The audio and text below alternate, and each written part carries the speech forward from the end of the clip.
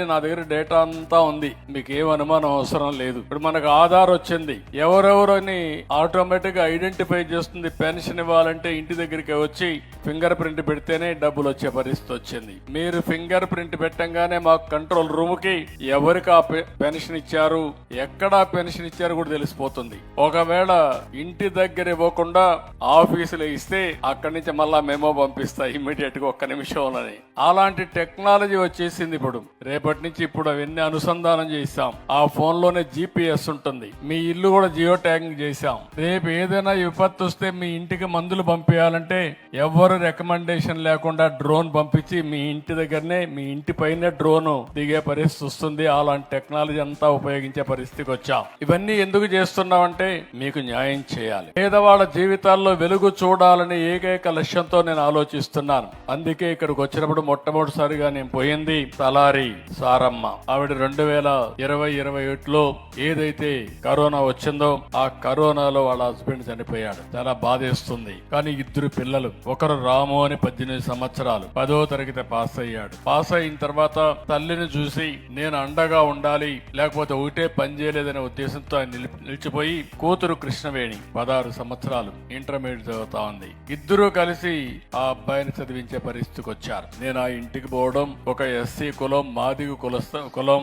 వాళ్ళ ఇంటికి పోయి నేను కాసేపు స్పెండ్ చేసిన తర్వాత నాకు అవగాహన వచ్చింది. ఆ ఇంటికి డబ్బులు ఇచ్చాం, శాంక్షన్ చేశాం. అందులో కూడా బకాయిలు పెట్టారు. 5 సంవత్సరాలు వచ్చిన ప్రభుత్వం ఈ ఊర్లో కూడా దగ్గర 25 లక్షల రూపాయలు దగ్గర బిల్లు ఇవ్వకుండా బకాయిలు పెడితే ఆవిడ అప్పుల పాలైపోయి ఒక 38,000 నుంచి 40,000 రూపాయలు ఆవిడకి రావాలి. ఆ డబ్బులు కూడా ఇవ్వలేదు. ఒక పక్క ఈ ఇబ్బందులు, ఇంకో పక్క వాళ్ళ అబ్బాయి అయితే ఇప్పుడు ఒక షాప్ లోకి పోయి ఈ యొక్క సెల్ ఫోన్స్ అని రిపేర్లు చేసే పరిస్థితికి వచ్చారు. ఆ కుటుంబాన్ని చూసిన తర్వాత నాకు అనిపించింది, నేను ఈ రోజు ఎన్నో సంక్షేమ కార్యక్రమాలు చేస్తున్నాను. మీ అందరూ గుర్తుపెట్టుకోవాల్సిన అవసరం ఉంది. నేను కష్టపడేది నా కోసరం కాదు, నేను కష్టపడేది మీకోసరం, 5 కోట్ల ప్రజల కోసరం.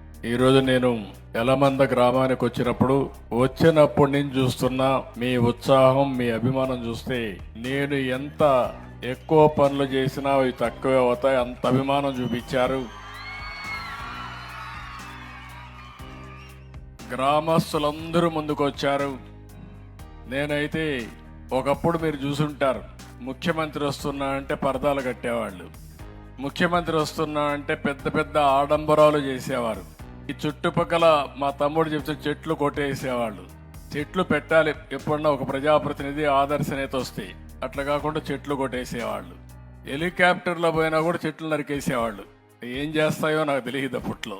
ఇంకొక పక్కన ఎక్కడెక్కడి నుంచో మనుషులు తోలుకొచ్చి బలవంతంగా కూర్చొని పెట్టేవాళ్ళు. పారిపోతా ఉంటే కందకాలు దివేవాళ్ళు చుట్టూరు పారిపోకుండా. ఇలాంటి చాలా వింతలు, విచిత్రాలు చాలా చూసాం.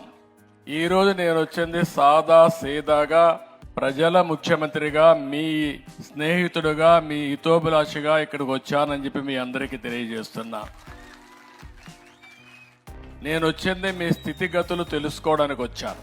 మీ కష్టాల్లో, బాధల్లో భాగం పంచుకోవడానికి వచ్చాను. అధికార యంత్రాంగాన్ని కూడా సమాయత్తం చేసి ప్రతి ఒక్కరికి న్యాయం చేపించే దిశగా పనులు చేయడానికి వచ్చాను.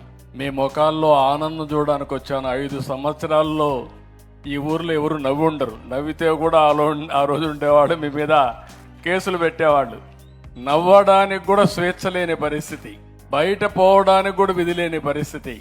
అక్కడి నుంచి ఈరోజు చూస్తే నేను ఒకటే ఆలోచిస్తున్నా, ఏ ఇంటిలో కష్టం వచ్చినా వాళ్ళ ఇంట్లో నేను ఒక ప్రాణ స్నేహితుడిగా ఉండి వాళ్ళని కాపాడుకుంటానని చెప్పి కూడా నేను మీకు తెలియజేస్తున్నా. రాజకీయ నాయకులు చేస్తున్న మంచి పనులను, తప్పులను వారికి ఎలా చెప్పాలో తెలియడం లేదా? అయితే వెంటనే డిస్క్రిప్షన్లో ఇచ్చిన పొలిటికల్ వారధి వెబ్సైట్లో లాగిన్ అయ్యి స్టార్ రేటింగ్ ఇవ్వడంతో పాటు రివ్యూ రూపంలో మీ అభిప్రాయాలను తెలియజేయండి. మీ లీడర్కి మీరు ఇచ్చే ప్రతి రివ్యూ ఒక ఓటుతో సమానం మరియు వారి గెలుపుకు పునాది.